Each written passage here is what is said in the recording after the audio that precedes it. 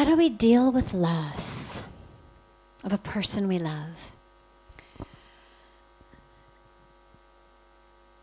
First, by recognizing there is no right way. There is no right way to grieve.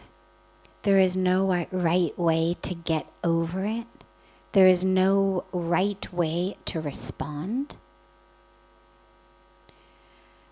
As many different people as there are who pass away, and as many different people as there are who have lost someone they love, there's as many different right ways to grieve as there are. The only way that is not right is to push away your feelings. Because we think somehow that if I push them away, they'll go away. Which isn't true, unfortunately. Whatever you're feeling, whether it's in the loss of a loved one, whether it's anger, whether it's grudges, whether it's at any time in your life, feelings, emotions don't go away by pushing against them. They become assimilated and absorbed and therefore harmless to us, and rather a beautiful part of a new piece of who we are when we're able to create space within us for them. So, there's grief. There's sadness. There's loss. And be present with it. Be present with it. There will be tears. There will be anger. We think it should be just sadness, but frequently there's anger. How dare you leave me? How dare you not take better care of yourself? How dare you have gotten into a car without your seatbelt? How dare you, whatever it may have been. There's anger. There's anger at God. How dare you take my loved one? There's anger at people who haven't lost. How dare you smile? There's anger at the sun. How dare you rise? This is very, very natural. And so we just create space for it. But what we don't do with any of our emotions, and this is true whether you've lost a loved one or at any time in our life, is we don't hold on to them. Emotions are actually very, very fluid. They come, they tend to kind of wash over us, and then they dissipate. What makes them last very long is when we grab hold of them. When we wrap that emotion in the whole drama that goes along with it. And then that lasts. So try as much as you can to just stay with the pure emotion. When there's grief, there's tears, cry. There's anger, sit, close your eyes, allow the anger to be there. And what you'll find is one tends to flow into the other actually really quite quickly. First there's grief, then there's anger, then there's fear. What's going to happen to me? Then again, maybe there's pain. Then again, maybe there's anger. Then you know what? Then there's joy. Because in the sadness, a moment arises, you remember, a memory comes, and then there's joy. Because you're there in the memory. And then maybe even you laugh. Maybe it was a funny memory. The only problem that comes is when the mind comes in and says, how dare you smile? Your loved one just died. And we start to second guess how we feel. We start to judge how we feel. There is an intelligence in us, an intelligence in the universe. Allow it to manifest, yeah.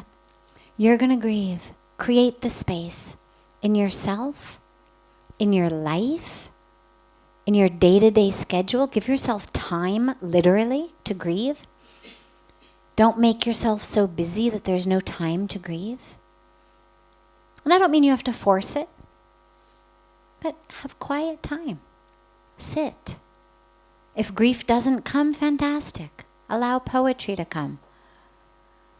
Allow meditation to come. Allow something else to come. But create space and time in which whatever it is that's happening in you in that moment can come. The other piece, though, that goes along with that, along with the just acceptance of pure emotion, whatever it may be, is the awareness also that that which we had from the person, a lot of it is still with us, not all. You no longer can hold their hands, you no longer can sit in their lap, you no longer can look deeply in their eyes, and that's a real loss. And that absolutely requires grieving.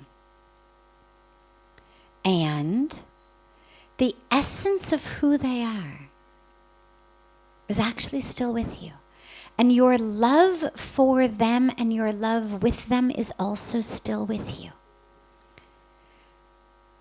Because that love lived within you. It didn't live in them. They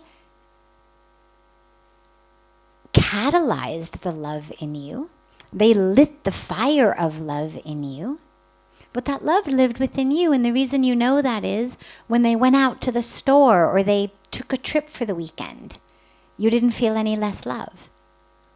There was no relationship between their physical presence or distance and your experience of love. If it was in them, not in you, the farther away they got, the less love you would feel. This AC is great. It gives us cool air. Our beautiful rivers sitting in the back under it are getting the most cool air.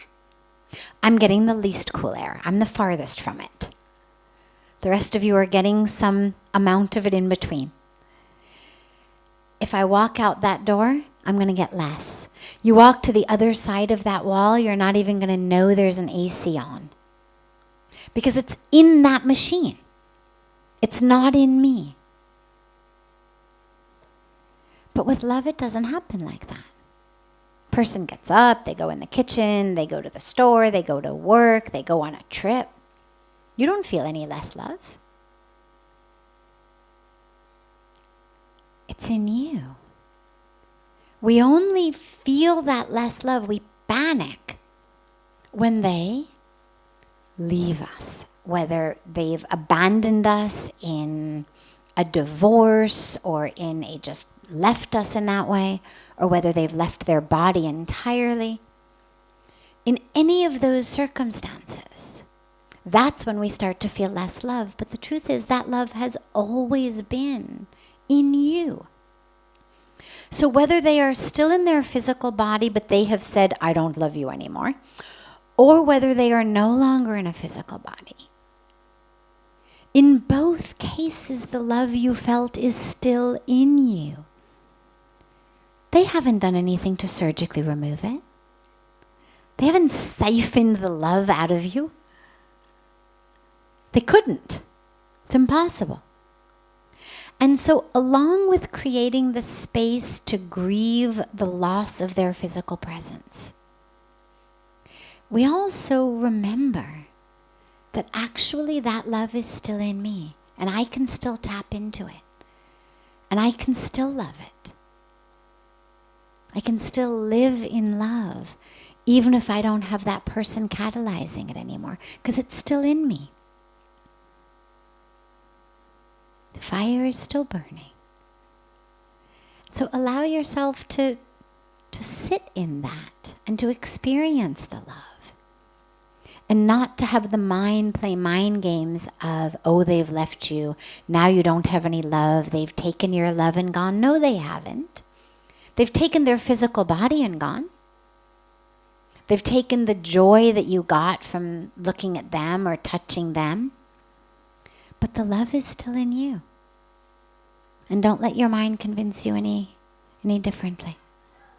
So both of those together we practice. Because they're both real, just on slightly different levels of existence.